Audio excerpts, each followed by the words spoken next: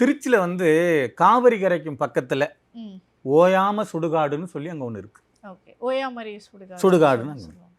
இப்போ நம்ம வந்துட்டு காசியில் மணிகரணையில் எப்படி 24 மணி நேரமும் பிணம் எரியுதோ ம். அதே மாதிரி அந்த சுடுகாட்டில் 24 மணி நேரமும் பிணம் எரியும். ஆ. அது ஒன்றாச்சா? பெண்கள் மாதவிடா ஆனால் கோயிலுக்கு போகக்கூடாதுன்னு சொல்லுவாங்க. ஆமா. ஆனால் அந்த கோயிலுக்கு நீங்கள் போகலாம். ம். அது ஒன்றாச்சா?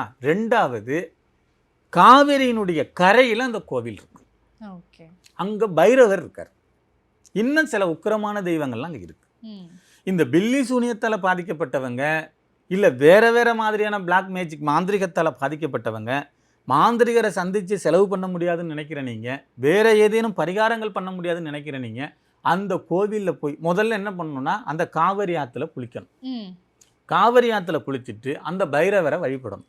ஓகே. அங்கே காளி தேவி மற்றவங்க எல்லாம் உக்கிரமான மயான காளிகள் மற்றவங்கலாம் இருக்காங்க. ம். அவங்களுக்கு பூசணிக்கான்னு ஒன்று சொல்கிறோம் இல்லையா, அது ஒவ்வொரு ஊரில் ஒரு மாதிரியாக வரும். ஓகே. அந்த பூசணிக்காயை ரெண்டாக வெட்டி உள்ள விஷயத்தை குடஞ்சிட்டு, ரொம்பவும் குடையக்கூடாது, லைட்டாக குடஞ்சி அந்த தண்ணியெல்லாம் இருத்துட்டு இழுப்பை எண்ணெய் சிகப்பு தெரியல விளக்கு போடலாம். ஓகே. இழுப்பு என்ன சிவப்பு சிகப்பு தெரியல. ஓகே. அப்புறம் அந்த மயான கரையை சுற்றி வர்றது, அங்கே எரிகிற அந்த பிரேதங்களை அந்த புணங்களை வந்து வணங்குறது, இந்த மாதிரி பண்ணினால் இந்த பிரச்சனையிலேருந்து நீங்கள் விடுபடலாம். ஓகே. நம்ம தமிழ்நாட்டில் அப்படி ஒரு கோவில் இருக்குது. இது எங்கே? காசிக்கு நிகராக.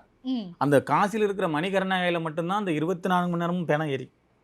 சரியா? அதே மாதிரி இந்த திருச்சியில் இருக்கக்கூடிய விஷயத்தில் 24 மணி நேரமும் பிணம் எரியும். அது ஓகே. எங்கேருந்து தான் வருதுன்னு தெரியாது. பிணங்களும் எரிஞ்சிக்கிட்டு இருக்கும். ம். இந்த பைரவருக்கு பூஜை நடந்துக்கிட்டே இருக்கும். ஓகே. அது வந்து மாதவிடான இல்லை எந்த மாதிரி இருந்தானே பெண்கள் அந்த கோயிலுக்கு போகலாம், ம். ஆண்கள் அந்த கோயிலுக்கு போகலாம்.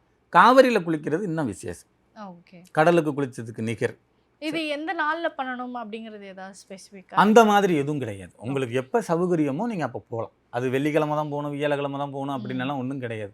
உங்களுக்கு பிரச்சனை ஒரு மாதிரியாக இருக்குது, வேறு தீர்வு இல்லை அப்படின்னா நீங்கள் அந்த கோயிலில் போய் பண்ணிட்டு வந்தாக்க நல்லா உடனே கை மேலே பலம் ஓகே. அந்த கோயிலுக்கு போகலாம்.